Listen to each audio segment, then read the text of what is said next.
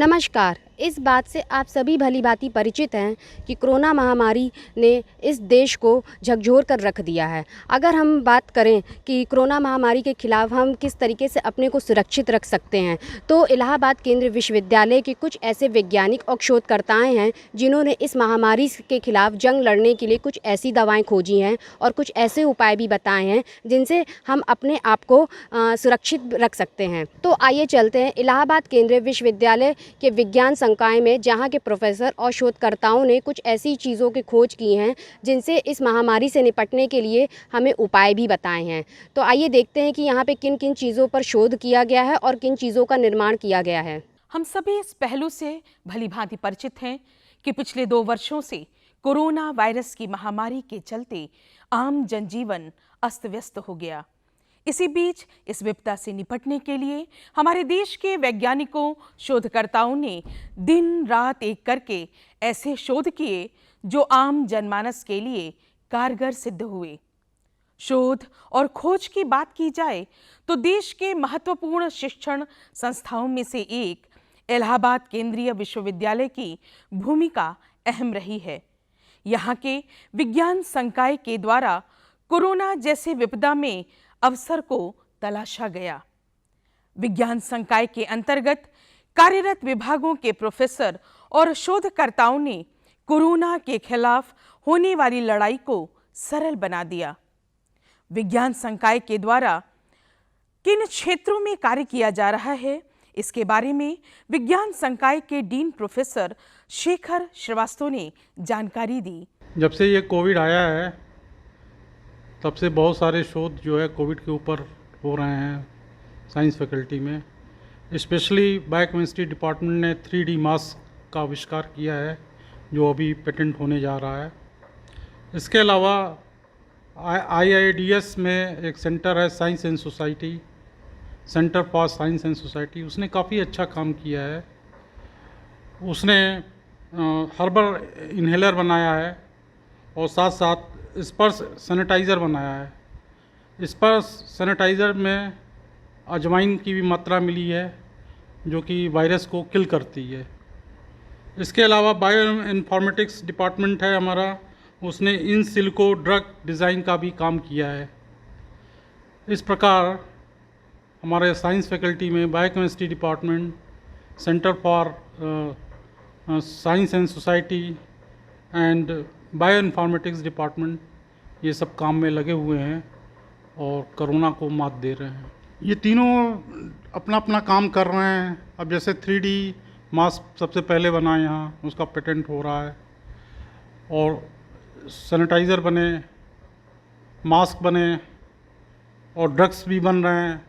और एक प्रोजेक्ट और चल रहा है हमारे यहाँ जियोनोम्स का, और जिससे सीक्वेंसिंग करके पता चलेगा कि कोरोना किन कारणों से हो रहा है, वो भी अब चलने वाला है। कोरोना को मात देने के लिए यही है, सैनिटाइज़र, मास्क, डिस्टेंस, तो ये सब लागू किया जा रहा है और कैंपस में इसी की वजह से सभी लोग सुरक्षित हैं। जब जो है कोरोना आया उस समय तो लोग मास्क के बारे में जानते ही नहीं थे। अब आज गली गली में मास्क है, सभी लोग मास्क लगा रहे हैं। इतनी ज़्यादा मास्क का प्रोडक्शन हो रहा है, बाहर भी भेजा जा रहा है, दवाएं भी बाहर भेजी जा रही हैं, तो ये आत्मनिर्भर भारत तो बन ही रहा है। कोरोना वायरस से पीड़ित व्यक्ति के लिए उपयोग में आने वाली जीवन रक्षक दवाओं का योगदान अहम है। विज्ञान संकाय के रसायन शास्त्र विभाग ने इसी जीवन रक्षक औषधि निर्माण के क्षेत्र में हुए शोधों में सफलता प्राप्त की है। रसायन शास्त्र में जो शोध हुए, इसके बारे में विभागाध्यक्ष ने ये जानकारी दी। मैं रमेंद्र कुमार सिंह। कोविड-19 एक ऐसी बीमारी है जो बहुत ही ज़्यादा छुआछूत की वजह से फैलती है और एक दूसरे को इतना ज़्यादा प्रभावित करती है कि एक आदमी जो इससे प्रभावित है दूसरे को तुरंत प्रभावित करता है। और ये बीमारी कभी कभी जिन लोगों में कोई पहले से बीमारी होती है, ब्लड प्रेशर की, शुगर की, उन लोगों को बहुत ही ज़्यादा उनके लिए कष्टदायी हो जाती है और कभी कभी जानलेवा भी साबित हो जाती है। हालांकि हिंदुस्तान में कोविड-19 से रिकवरी रेट बहुत ज़्यादा है, फिर भी बहुत ढेर सारे लोगों की जान गंवाई है हम लोगों ने। बहुत ही जल्दी हमारे दुनिया भर के वैज्ञानिकों ने, हिंदुस्तान के वैज्ञानिकों ने भी शोध करके वैक्सीन निकाली है, जो वैक्सीन कारगर भी है और पूरे हिंदुस्तान में 18+ एज के सबको लगाने का प्रावधान भी इस भारत सरकार ने बना रखा है और ये कार्यक्रम चल भी रहा है, तेज़ी से चल रहा है, खुशी की बात है। एक चीज़ ये है इस बीमारी के साथ कि वैक्सीन होने के बावजूद भी, दोनों डोज लेने के बाद भी वायरस का इन्फेक्शन हो जा रहा है, कोरोना वायरस का इन्फेक्शन हो जा रहा है। तो अब ये चीज़ है कि जो लोग वायरस से प्रभावित हो गए हैं उनका क्या किया जाए। उनका इलाज तो करना पड़ेगा। उनका इलाज करने के लिए हमें दवाओं की खोज करनी पड़ती है। दवाएं हमारे पास होनी चाहिए। वैक्सीन से इन्फेक्शन कम कर लिया हमने, लेकिन जो इन्फेक्टेड हैं उनका इलाज करना ज़रूरी है। तो उन दवाओं की खोज में मेरी प्रयोगशाला में भी कार्य हो रहा है और मेरे तमाम शोध छात्र इस काम में लगे हुए हैं। हम लोग इस पर काफ़ी काम भी किए हुए हैं और हम लोगों ने कुछ पहले कंप्यूटर एडेड डिजाइनिंग करते हैं। डिजाइनिंग करने के बाद जो मॉलिक्यूल्स हमको अच्छे लगते हैं उनको हम सिंथेसिस करते हैं और फिर उनकी बायोलॉजिकल स्क्रीनिंग कराते हैं। इसमें 2 फेज में मेरा काम हो चुका है। एक फेज में हमने कंपाउंड्स को बना के उनकी स्क्रीनिंग भी करा लिया है और उनकी स्क्रीनिंग बेल्जियम में रेगा इंस्टीट्यूट ऑफ मेडिकल रिसर्च में कराया है और बहुत ही अच्छे परिणाम मिले हैं। उन मॉलिक्यूल्स को, उस मॉलिक्यूल को हम आगे टेस्टिंग के लिए बढ़ाएंगे और उसके लिए हम पेटेंट भी फाइल करने की सोच रहे हैं भारत सरकार के साथ। दूसरी रिसर्च एक ये भी है कि एक दूसरा रिसर्च 2 ग्रुप में काम हो रहा था। एक ग्रुप में ये काम किया, दूसरे ग्रुप में जो काम किया है उसने भी 8 मॉलिक्यूल्स इतने अच्छे बनाए हैं जो कि कोरोना वायरस के संभावित ड्रग मॉलिक्यूल की तरह वो भी आगे बढ़ाए जा सकते हैं। उन मॉलिक्यूल्स की बायोलॉजिकल स्क्रीनिंग इस समय रेगा इंस्टीट्यूट में चल रही है। वहाँ पे सैंपल गया है, वो लोग स्क्रीनिंग कर रहे हैं। उम्मीद करता हूँ कि उस पर भी कुछ अच्छा रिजल्ट आएगा। नहीं तो जो पहले रिजल्ट आ चुका था एक मॉलिक्यूल पे, उसको हम लोग लेके आगे बढ़ाएंगे, तो संभावित ड्रग मॉलिक्यूल की तरह हम लोग आगे बढ़ाएंगे।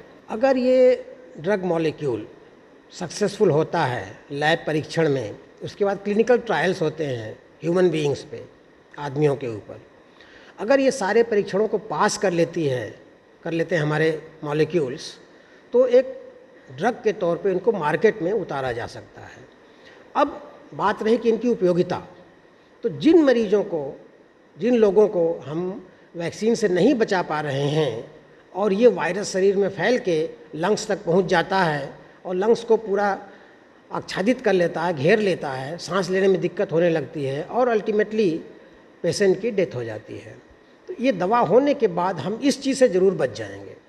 जो लंग्स में इस वायरस का बढ़ना है, प्रोलिफरेशन कहते हैं उसको, वो जो हो रहा है उसको हम दवा की वजह से रोक सकेंगे।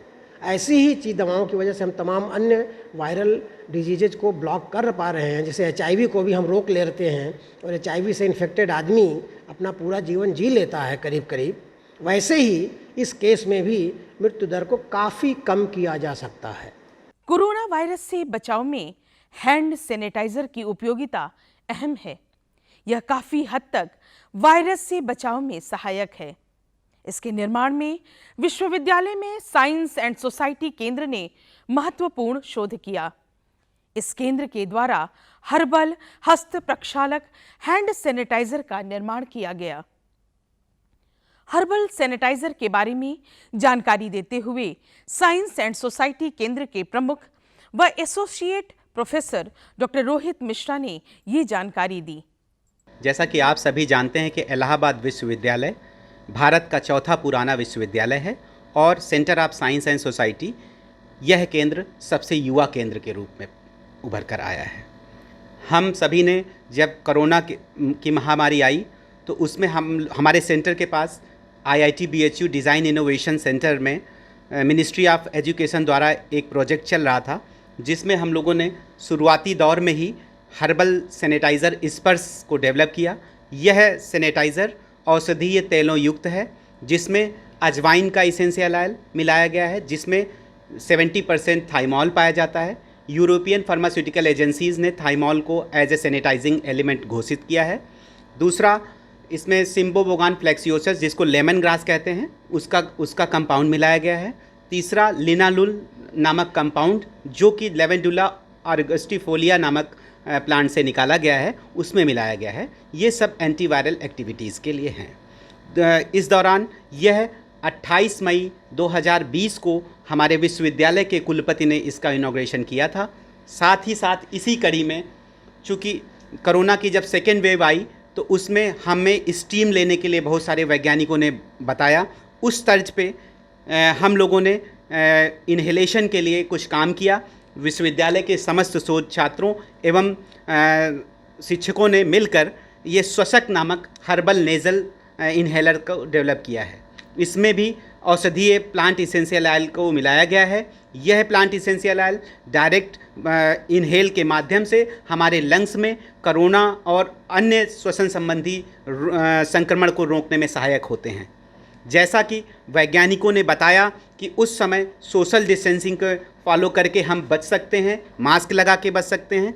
तो इसी सेंटर ने विश्वविद्यालय में पड़े बहुत सारे पुराने लोहे के पाइप्स को यूज करके बेस्ट फ्रॉम द वेस्ट की थीम में एक हर्बल पैडल डिस्पेंसर बनाया और रजिस्ट्रार के आदेश पर इसको करीब करीब सभी ऑफिसेज और सभी डिपार्टमेंट्स में डिस्ट्रीब्यूट किया गया है। यह हमारे सेंटर का मुख्य उद्देश्य ही है कि ग्रामीण इलाकों में जाकर कैसे हम उनकी जीविकापार्जन को बढ़ाया जा सकता है, जिसके लिए सेंटर ने महत्वपूर्ण भूमिका निभाई है।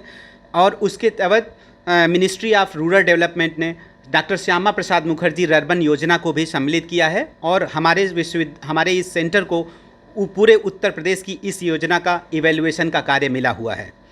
इसके साथ साथ हम जो है हम गाँव को हमने गोद ले रखा है। वहाँ पर हमारे शोध छात्र और हमारे शिक्षक जन जाते हैं वहाँ पर प्लांटेशन कराना, कैसे कैसे वहाँ पर हम जीविकापार्जन में महत्वपूर्ण भूमिका निभा सकते हैं, वहाँ पर कैसे मछली के उत्पादन को बढ़ावा मिले, मशरूम प्रोडक्शन को बढ़ावा मिले और महिला हेल्थ से रिलेटेड भी काम हम लोग कर रहे हैं, जिसमें कि उनकी मेंस्ट्रुअल हेल्थ कैसे जो है हाइजेनिक कंडीशंस में जो है मेंटेन हो पाए। तो इस दौरान हम अपने सेंटर में कुछ कौशल विकास और ग्रामीण उद्यमिता के कार्यक्रम भी बीच बीच में कराते रहते हैं, जिससे हम ग्रामीण फार्मर्स किसानों को बुलाते हैं और उनको जो है हम ट्रेनिंग प्रोवाइड करवाते हैं। साइंस एंड सोसाइटी केंद्र में कोरोना के खिलाफ आत्मनिर्भरता व इसके खिलाफ होने वाली लड़ाई को कैसे आसान बनाया जा सकता है, इस पर भी अनवरत कार्य किया जा रहा है। इसके बारे में विभाग में कार्यरत assistant professor doctor Shashikant Shukla ने ये जानकारी दी।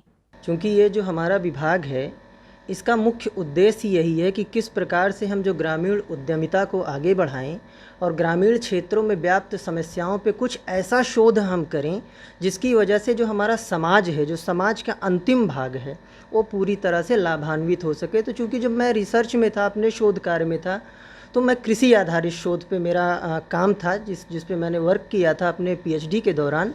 जब मैं यहाँ असिस्टेंट प्रोफेसर के तौर पे नियुक्त हुआ तो मेरे अंडर में जो 3 शोध छात्र आए तो उनको भी मैंने कुछ इस तरह की ही समस्याएं दी कि जो कि हमारे समाज का जो अंतिम भाग है उसको किस प्रकार से आप लाभ पहुँचाएँ। इस समय जो एक सभी से बड़ी समस्या है कि प्रतिभा पलायन की, लोग गांव छोड़ के भाग रहे हैं शहरों में नौकरी की तलाश में। लेकिन अभी जब कोविड पैंडमिक आया या जो कोविड महामारी आई, उस दौर पे देखें कि लाखों की संख्या में लोग बेरोजगार हो गए और उनके पास कोई कार्य नहीं था। तो मैंने अपने 2 शोध छात्रों को मछली पे आधारित काम दिया है। एक को ऑर्नामेंटल, जो रंगीन मछलियाँ आप लोग देखते हैं कई दुकानों में लगी रहती हैं, लोग लगाते हैं, और एक जो खाने वाली मछलियाँ। ये दोनों ऐसे व्यवसाय हैं जो कि प्राचीन भारत से ही जुड़े हुए हैं, लेकिन लोगों ने क्या किया है कि थोड़ा धैर्य की कमी कहिए या संसाधनों की कमी कहिए या तो इस तरह से कहिए कि उनको किसी प्रकार का सहयोग ना मिल पाने की वजह से लोगों ने इस कार्य को करना लगभग बंद कर दिया था। तो हमारे शोध छात्र इस चीज़ पे लगे हुए हैं कि किस तरह से जो कि हमारे तालाब सूख गए हैं उनमें पानी पुनः आए, जिससे कि वाटर रिचार्ज हो सके ज़मीन में, और पुनः किस तरह से वहाँ के लोगों को इस चीज़ के लिए जागरूक किया जाए, शिक्षित किया जाए कि पुनः अपने मछली व्यवसाय के, मत्स्य पालन के इस व्यवसाय में आ सकें। एक तो ये शोध है। दूसरा, एक चूँकि हमारी जो नई शिक्षा नीति ये कहती है कि जो हमारी पुरानी संस्कृति है या जो हमारा पुराना ज्ञान है उसको नए तरीके, नए वैज्ञानिक तरीके से हम करके भारत को विश्व गुरु जरूर बना सकते हैं। तो उसमें यज्ञ एक ऐसी चीज़ है, एक ऐसा हवन यज्ञ प्राचीन काल से होता आ रहा है। तो मेरी एक शोध छात्रा है आस्था श्रीवास्तव, उसको हमने यज्ञ पे काम दिया है, हवन पे काम दिया है। हवन के बारे में ये तो सबको जानकारी है कि उसकी वजह से जो हमारा वातावरण है वो काफ़ी शुद्ध होता है, लेकिन उसके और भी कई एस्पेक्ट हैं, कई और उसके यज्ञ एक ऐसी विधि है, एरोमापैथी एक नया आयुष मंत्रालय ने इसको दिया है कि जिसके माध्यम से हम कई तरह के लाइलाज बीमारियों का भी इलाज कर सकते हैं। तो उस पर शोध उस बच्ची का है। और हमारे सेंटर में, हमारे केंद्र में जैसे कि डायरेक्ट समाज में हम क्या दे सकते हैं। माहवारी के समय महिलाओं में बहुत सारी बीमारियां होती हैं, तो उससे बचने के लिए किस प्रकार से महिलाओं के बीच जाकर के उनको जागरूक किया जाए और उनको कुछ ऐसा बना के सैनिटरी पैड जैसे कुछ इस तरह का दिया जाए जिसको बाद में डिग्रेडेशन में समस्या ना हो या गलने में समस्या ना हो। और एक और शोध हमारे केंद्र में हो रहा है जो कि हमारे जो समन्वयक हैं उनके अंडर में वो शोध छात्र है निर्देशन में, प्रदीप साहू नाम है उसका, और डायरेक्ट मशरूम पे काम कर रहा है। मशरूम चूँकि किसी के न्यूट्रिशन के लिए पोषक तत्व उसमें बहुत ज़्यादा होते हैं और ग्रामीण उद्यमिता के लिए एक बहुत ही अच्छा व्यवसाय है आज के समय में। तो इन नटशेल अगर कहा जाए तो जो हमारा केंद्र है, हमारा सेंटर है तो बहुत नया, लेकिन ये अपने अनुभवों के आधार पर यहाँ के जो पुराने शिक्षक हैं उनके मार्गदर्शन में और जो हमारे युवा समन्वयक हैं उनके निर्देशन में ये तीव्र गति से बहुत आगे बढ़ रहा है। और यहाँ पर कई तरह की संभावनाएं लोगों को मिलती हैं कि जैसे अर्न वाइल लर्न, जो बच्चे यहाँ पढ़ते हैं साथ में उस पर काम भी करते हैं। कई स्कीम्स हैं, काम करते समय उनको सर्टिफिकेट्स भी मिलते हैं और पैसे भी मिलते हैं, जिससे गरीब घर के जो छात्र हैं उनको पढ़ाई में आसानी हो सके। इसी कड़ी में केंद्र द्वारा महिलाओं के स्वास्थ्य व उनको आत्मनिर्भर बनाने के लिए हो रहे प्रयास के बारे में assistant professor doctor Arpana Pandey ने जानकारी दी। प्रेजेंटली हम लोग महिलाओं के स्वास्थ्य पे और उनकी आत्मनिर्भरता पे, rural particularly specially in the rural areas, हम उनकी आत्मनिर्भरता पे और उनके स्वास्थ्य पे बहुत ज़्यादा फोकस कर रहे हैं। एक जो हमारा रिसर्च वर्क है वो है कि जो हम मेंस्ट्रुअल हेल्थ की प्रॉब्लम है महिलाओं की, उसको हम कैसे इम्प्रूव कर सकते हैं। जो मेंस्ट्रुअल डिसऑर्डर्स हैं उनके लिए हम फ्यूचर में एक हर्बल प्रोडक्ट्स भी डिज़ाइन करने का हम प्लान कर रहे हैं कि उनके जो विमेंस के हेल्थ से जो मेंस्ट्रुअल डिसऑर्डर्स हैं उनके लिए एक हर्बल थेरेपी हम कैसे उनको प्रोवाइड कर सकें। प्लस हम एक बायोडिग्रेडेबल मेंस्ट्रुअल पैड हम पे वर्क कर रहे हैं। एक्चुअली जो प्रेजेंट प्रॉब्लम है, जो मेंस्ट्रुअल गार्बेज है, जो मेंस्ट्रुअल वेस्ट निकलता है, वो हमारे इन्वायरमेंट को बहुत ही ज़्यादा डिग्रेड करता है, बहुत ही ज़्यादा हानि पहुंचाता है। क्योंकि ये जो मेंस्ट्रुअल वेस्ट है वो इन्वायरमेंट में डिग्रेड होने में बहुत हंड्रेड्स ऑफ ईयर्स का टाइम लेता है। तो उस प्रॉब्लम को सॉल्व करने के लिए हम एक फुली बायोडिग्रेडेबल प्रोडक्ट डेवलप करने की दिशा में काम कर रहे हैं। दूसरा एक जो हमारा शोध वर्क चल रहा है वो कॉरपोरेट सोशल रिस्पॉन्सिबिलिटी का, हम विमेन एम्पावरमेंट पे, विमेन एंटरप्रेन्योरशिप पे उनका जो काम है उसको हम यूज़ करके कैसे हम महिलाओं को आत्मनिर्भर बना सकते हैं इन रूरल एरियाज़ में। उनको एक एंटरप्रेन्योरशिप ऑप्शन, एक उद्यम, एक काम उनको हम दे सकते हैं।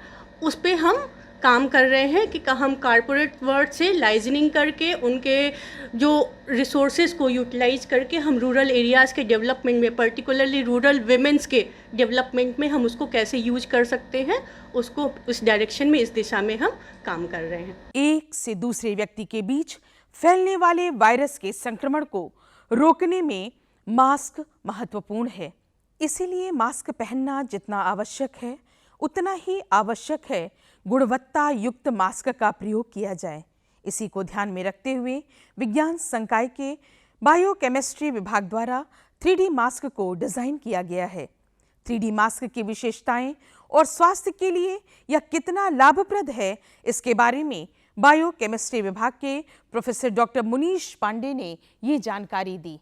मैंने जो है जनवरी 2021 में एक 3D प्रिंटेबल टेक्नोलॉजी से एक मास्क डिज़ाइन किया है, जिसका नाम हमने रखा है 3D printable anti Covid 2019 mask with high protection.